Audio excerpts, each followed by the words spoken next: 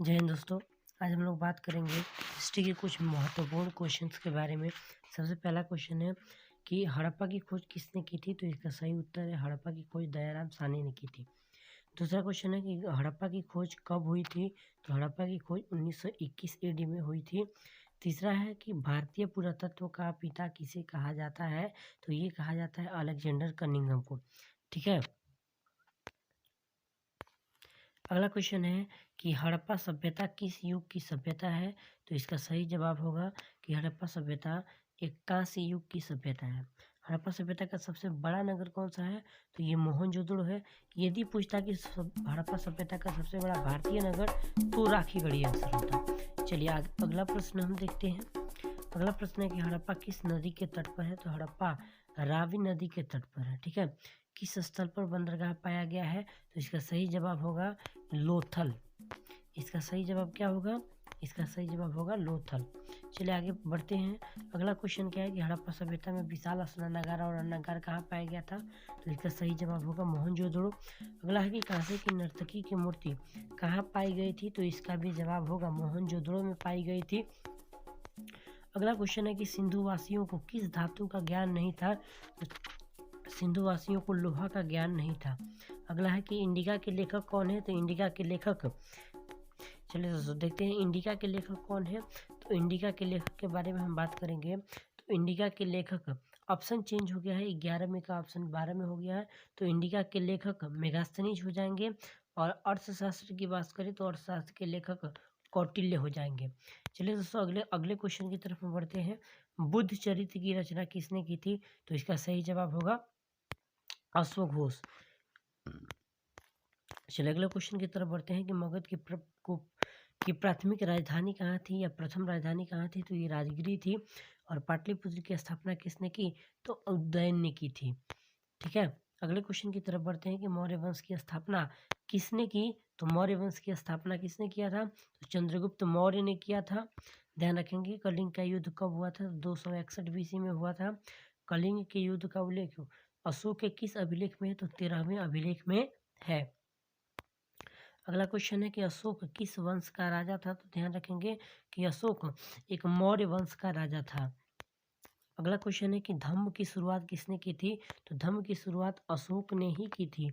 और बौद्ध धर्म का प्रचलन किस देश में नहीं हुआ था? तो बौद्ध धर्म का प्रचलन ब्रिटेन में नहीं हुआ था, बाकी सीरिया, जापान, श्रीलंका इन सभी देशों में हुआ था। अगला क्वेश्चन है कि किस शासक को सिक्के पर बीना बजाते हुए प्रस्तुत किया गया है? तो इसका सही जवाब होगा समुद्रगुप्त को। और भारत का नेपोलियन भी समुद्रगुप्त को ही कहा जाता है। चलिए अगले क्वेश्चन की तरफ बढ़ते हैं कि कनिष्क का राज्यारोहण कब हुआ? तो इसका सही जवाब होगा 78 AD में। ठीक है, इसका सही जवाब होगा 78 AD में। अगला क्वेश्चन क्या है? अगला क्वेश्चन है कि कनिष्क के दरबार में कौन चीनी यात्री भारत आया था? तो कनिष्क के दरबार में हुएन सांग भारत आए थे। जबकि गुप्त काल में चीनी यात्री कौन आए थे? तो फाहियान आए थे। अगला क्वेश्चन की तरफ बढ़ते हैं।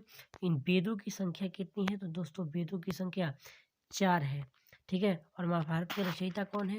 तो महाभारत के रचयिता आपके वेद व्यास हैं। ठीक है। अगला क्वेश्चन है कि महाभारत का युद्ध किसने जीता था? तो महाभारत का युद्ध पांडवों ने जीता था। और महाभारत का युद्ध कितने दिनों तक हुआ था? तो महाभारत का युद्ध 18 दिनों तक हुआ था। चलिए अगले क्वेश्चन की तरफ बढ़ते हैं। पुराणों की संख्या कितनी है? तो पुराणों की संख्या 18 है। गंगा पुत्र के नाम से किसे जाना जाता है? तो गंगा पुत्र के नाम से, ठीक है, भीष्म पितामह को जाना जाता है। मनुस्मृति में कितने प्रकार के विवाहों का वर्णन किया गया है? तो ये 8 प्रकार के विवाहों का वर्णन किया गया है। और त्रिपिटक साहित्य किस धर्म से संबंधित है? तो त्रिपिटक बौद्ध धर्म से संबंधित है। चलिए अगले क्वेश्चन की तरफ बढ़ते हैं कि स्तूप किस धर्म से संबंधित है? तो ये बौद्ध धर्म का है। हीनयान, महायान ये भी बौद्ध धर्म से है। श्वेतांबर और दिगंबर ये जैन धर्म से हैं। ठीक है। अगले क्वेश्चन की तरफ बढ़ते हैं कि प्रयाग प्रशस्ति की रचना किसने की? तो प्रयाग प्रशस्ति की रचना हरिसेन ने की। और गौतम बुद्ध को ज्ञान की प्राप्ति कहाँ हुई थी? तो ये हुआ था आपका बोध गया में। ठीक है। चलिए अगले क्वेश्चन की तरफ बढ़ते हैं कि जैन धर्म के 24वें तीर्थंकर कौन हुए थे? तो जैन धर्म के 24वें तीर्थंकर महावीर स्वामी हुए थे। अगला क्वेश्चन है कि किस नदी के तट पर महावीर स्वामी को ज्ञान की प्राप्ति हुई थी? तो वो नदी का नाम है रिजुपालिका नदी। ठीक है। अगला है कि एशिया का ज्योतिपुंज किसे कहा जाता है, तो ये गौतम बुद्ध को कहा जाता है। अगले क्वेश्चन की तरफ हम बढ़ते हैं कि सांची का स्तूप कहाँ है, तो सांची का स्तूप मध्य प्रदेश में है। सांची का स्तूप मध्य प्रदेश में है, ठीक है। अगले क्वेश्चन है कि तृतीय बौद्ध संगति कहाँ हुई थी, तो तृतीय बौद्ध संगति पाटलिपुत्र में आयोजित की गई थी। चलिए अगला है कनिष्क के शासनकाल में चौथी बौद्ध संगति कहाँ आयोजित की गई थी, तो इसका सही जवाब होगा कुंडल वन में, ठीक है। सिकंदर के समकालीन कौन सा भारतीय शासक था, तो वो था घनानंद। आपका नंद वंश का शासक कौन सा था, घनानंद। निम्नलिखित में कौन पुरातात्विक स्रोत नहीं है, तो ये जो साहित्य है ये साहित्यिक स्रोत है, पुरातात्विक स्रोत नहीं है। अगला क्वेश्चन है किस शासक ने संलेखना किया था, तो चंद्रगुप्त मौर्य ने संलेखना किया था। और हुणों का विनाशक किसे कहा जाता है, तो हुणों का विनाशक स्कंदगुप्त को कहा जाता है।